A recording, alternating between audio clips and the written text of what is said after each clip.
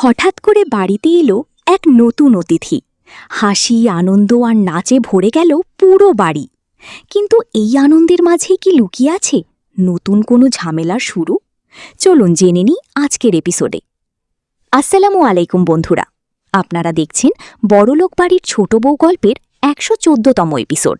চলুন শুরু করা যাক আজকের পর্বের এক্সপ্লেন। এপিসোডের শুরুতেই দেখা যায় অহনার শাশুড়িমা ভোজু মামাকে জিজ্ঞেস করে সে হঠাৎ এখানে এসেছে কেন। নিশ্চয়ই তার বউয়ের সাথে কোনো ঝামেলা হয়েছে। ভোজু মামা বিষয়টা এড়িয়ে গিয়ে বলে সে কিছুদিন এখানেই থাকতে চায় এবং বাড়ির সব কাজ করে দেবে। শাশুড়িমা তাকে বুঝিয়ে বলেন এখানে থাক, আনন্দ কর, কিন্তু নিজের সংসারও তো দেখতে হবে। এই কথার মাঝেই ভোজু মামা হঠাৎ নাচ শুরু করে দেয়। বাড়ির বউরাও উৎসাহ দেয় আর তার নাচ দেখে সবাই হাসি আনন্দে মেতে ওঠে। অহনা তখন বলে যেহেতু সে তার দিদিকে এত ভালোবাসে তাই কিছুদিন এখানেই থাকুক। এরপর গল্প ঘুরে যায় অহনার দিকে। অর্জুন তাকে জানায় আজ তার পরীক্ষার রেজাল্ট বের হবে।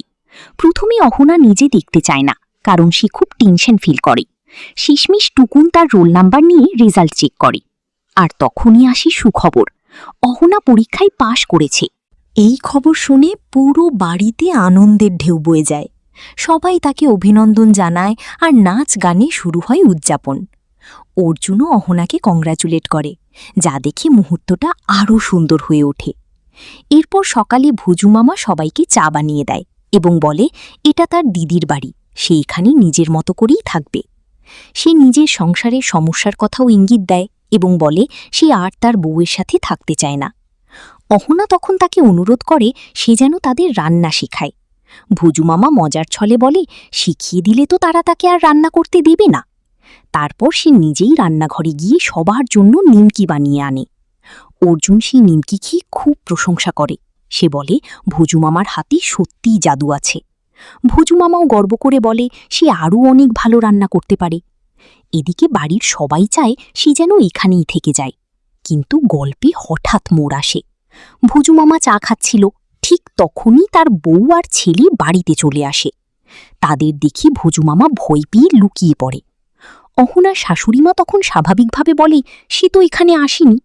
কিন্তু ভোজু মামার বউ কান্না শুরু করে। সে ভয় পায় তার স্বামী কোনো খারাপ কিছু করে ফেলেনি তো।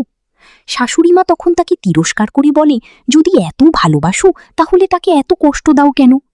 ভোজু মামার বউ প্রতিশ্রুতি দেয় সে আর কখনো ঝামেলা করবে না, শুধু জানতে চাই সে কোথায় আছে। শেষে সন্দেহের পরিবেশ তৈরি হয়।